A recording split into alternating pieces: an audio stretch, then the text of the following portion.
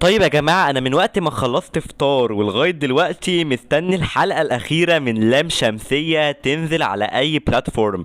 بس لقيت نفس الوقت هيتأخر، وعايز الصراحة أنزل ريفيو علشان بكرة هنعمل حلقة حصاد الموسم الرمضاني. فأنا النهاردة هتكلم عليه، وبكل تأكيد هو أفضل مسلسل في موسم رمضان 2025. فأنا لازم أشكر كل صناع المسلسل، المخرج كريم الشناوي والمؤلفة مريم نعوم، اللي عاملين مسلسل جريء ومهم ومختلف وبمقاييس فنية جودتها فوق الممتازة، وطرح مواضيع مهمة جدا في المجتمع وتسليط الضوء عليها، عشان كل الناس لازم تاخد موقف ضد التحرش بالأطفال.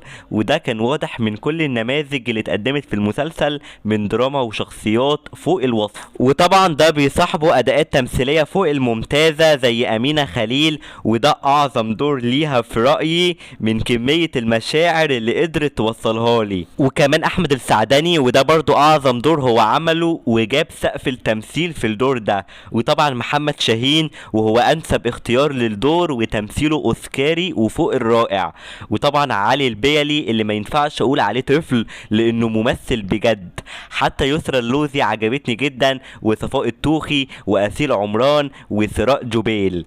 طبعا باقي العناصر تحفة زي المونتاج، الموسيقى التصويرية، الكادرات والاهتمام بالصورة، وكل كادر بيقول حاجة، وكمان مكساج الصوت. وطبعا كل ده تحت قيادة أفضل مخرج في موسم رمضان في رأيي، وهو كريم الشناوي. وللمرة التانية شكرا لكل صناع مسلسل لام شمسية، واحد من أعظم المسلسلات المصرية آخر 10 سنين بكل تأكيد.